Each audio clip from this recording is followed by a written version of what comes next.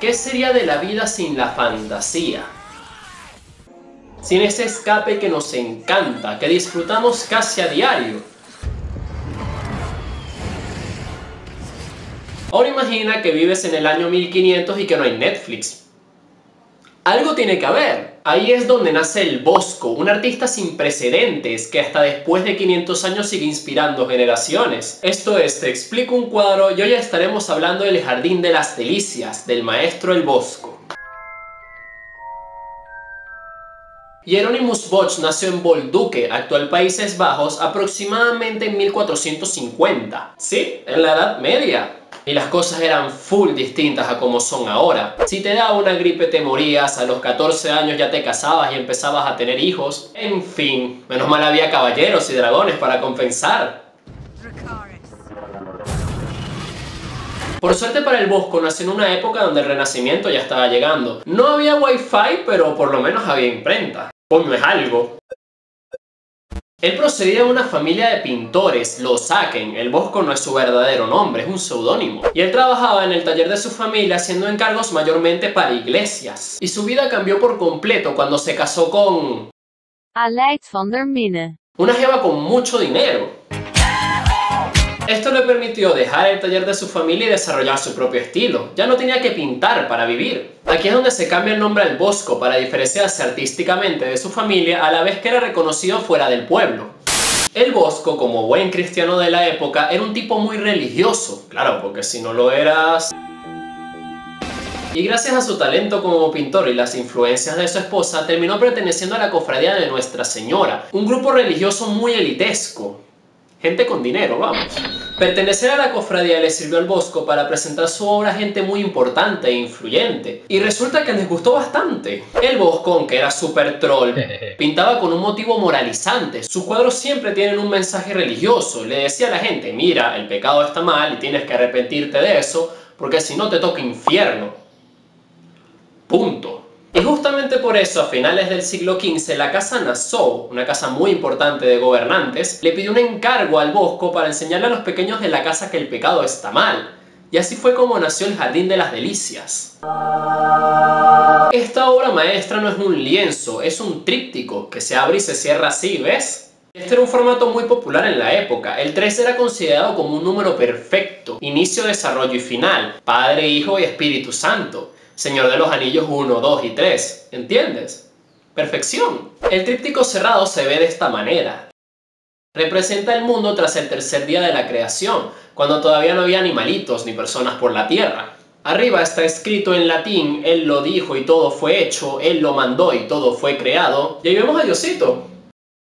La idea del Bosco era que estos tonos grises hicieran resaltar el interior del tríptico, que sea como que wow, qué arrecho cuando lo abrieras.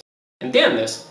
Una vez abierto, el tríptico se lee de izquierda a derecha, o sea que tiene un desarrollo lineal. Creación, lo que sea que pase aquí, infierno. Siendo el pecado y sus consecuencias lo que le da coherencia y une toda la obra. Sin más que decir, vamos con el primer panel. Aquí nos encontramos en el paraíso, en el momento de la creación, con Dios presentándole a Eva recién creada a Adán. En esta escena nos encontramos los típicos elementos religiosos como el árbol de la vida, el árbol de la ciencia, y esa cosa rosada gigantesca es la fuente de los 4 ríos. Fuente de los 4 ríos... ¡Ajá! Según la Biblia, al momento de la creación solo existían 4 ríos en la tierra, que eran alimentados por esta fuente gigantesca. Está fundada sobre piedras preciosas, por eso tiene también 4 salidas de agua. Y fíjate que dentro de esta fuente hay un búho, ave asociada antiguamente con los malos presagios.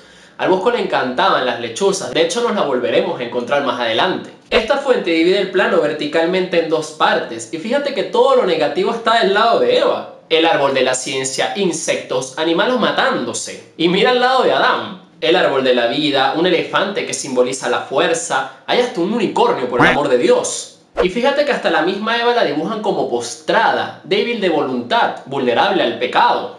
Ya puedes ver el tipo de idea que se le tenía a la mujer en ese entonces. Y qué curioso los animalitos del Bosco, ¿verdad? Su entrada a la cofradía le dio acceso a muchos libros, a él le encantaba leer. Y este elefante y esa jirafa fueron sacados de libros sobre África. No habían zoológicos en Bolduque. De hecho creo que todavía no los hay. En todo el tríptico encontraremos animales fantásticos, inspirados en los libros de Harry Potter. Es decir, los bestiarios medievales que había en el momento. ¿Y esa roca de ahí no te suena? Dalí se inspiró en esta piedra para darle forma a su autorretrato en El Gran Masturbador, el cuadro que expliqué en mi primer video. Aquí te dejo el link por si todavía no lo has visto. Y por fin, llegamos al centro, a la diversión. Este es el verdadero Jardín de las Delicias, el que le da nombre al tríptico, la continuación cronológica del panel anterior. Esta escena nos muestra a los descendientes de Adán y Eva antes del diluvio universal, pero de Noé y del arca, donde la gente vivía este estilo de vida tan liberal. Y fíjate que en esta escena encontramos muchos elementos del panel anterior, como la fuente de los 4 ríos, Adán y Eva, el búho. Solo que ahora todo está jodido, deteriorado por la presencia del pecado. La fuente está ya muy desgastada, Adán le está echando la culpa a Eva de todo, como siempre, echarle la culpa a la mujer. Y el búho creció, y ahora son más. Qué miedo, ¿no? Y también encontramos esta especie de edificaciones que nos acercan ya más al modernismo, que la humanidad ya perdió su inocencia. Y lo más curioso de este cuadro es que a medida que más ves, más cosas encuentras. Demasiado de pinga. Una uva chanceando, un tipo metiéndole flores en el culo al otro, peces voladores, aves nadadoras. Es el mundo al revés. Pero lo que más resalta es la enorme cantidad de alusiones sexuales. La gente comiendo frutas era símbolo del acto sexual. Las aves y los peces representan los hombres y las mujeres, bueno, ya tú sabes. Las mujeres del centro están siendo cortejadas por una manada de gente, montada en todo tipo de animales fantásticos. Y hay unas pistas más directas como esta. En fin, esta es una imagen donde reina la lujuria, donde el pecado está por todas partes. Pecado que va a ser condenado en el panel siguiente. Y por último, el terrible desenlace. El infierno. Este es el panel moralizante, donde el pecado se condena, y la verdad que da un poquito de miedo. En él encontramos todo tipo de castigos, baños de agua fría para los envidiosos, los avaros están cagando monedas, el búho ya es todo un Charizard y se anda tragando vivo a los golosos, y ahí está Eva, pagando su condena, pero no veo a Adán por ningún lado. Parece que los hombres iban al cielo. Menos mal. Este infierno bosquiano alude al interior de una taberna, donde según el Bosco se daban todos estos vicios y pecados. Las tabernas se veían antes como un lugar pecaminoso, su música era considerada pagana, habían juegos de mesa y el azar que te llevaban a la avaricia. Fíjate que hasta dentro de este hombre árbol hay una taberna. Y esa es la razón por la que encontramos tantos elementos como dados, naipes, juegos de mesa y también instrumentos musicales usados para torturar a los que disfrutaban de ella en vida. Y por eso también las orejas y el cuchillo que ves allá atrás. En esa época existía algo llamado corpus delicti, un método de castigo donde se le jodía a la persona en el lugar donde había cometido el pecado. Es decir, que si tú andabas robando te cortaban las manos, si tú escuchabas música que no le gustaba a ellos, pues te cortaban las orejas. Un poco drástico, ¿no? Y por eso también este pana tiene un cuchillo atravesándole la mano, por andar jugando juegos de mesa. Y aquí también, con el dado. Y fíjate que hasta ni la iglesia se salva. En ese momento era muy mal vista, estaban pasando cosas que a la gente no le gustaba. Y por eso el Bosco pinta este cerdito disfrazado de monja franciscana.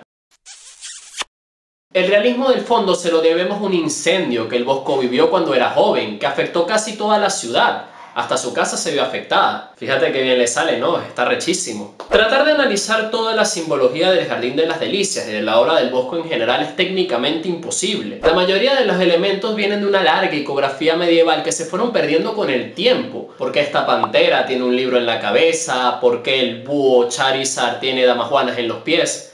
No lo sabemos. Son cosas que probablemente tenían su significado, daban risa en el momento y se fueron perdiendo con el tiempo. Aunque bueno, 500 años después sigue dando un poquito de risa. Esta obra permaneció en la casa Nassau durante 3 generaciones, hasta que fue confiscada por los españoles durante la Guerra de Flandes. Fue trasladada a la colección de Felipe II en el Escorial y después de la Guerra Civil pasó al Prado, donde se expone desde 1939. Si tienes el chance de ir a verlo, hazlo. Vas a pasar como una hora viéndolo. Y ya, eso fue todo por hoy. Espero que te haya gustado. Este cuadro es súper importante y sigue influyendo todavía en el mundo moderno. Si te gustó, me puedes dejar un like. Y cuéntame, ¿te gustó el Jardín de las Delicias? ¿Cuál es tu obra favorita del Bosco? Espero verte en la próxima entrega. ¡Chao!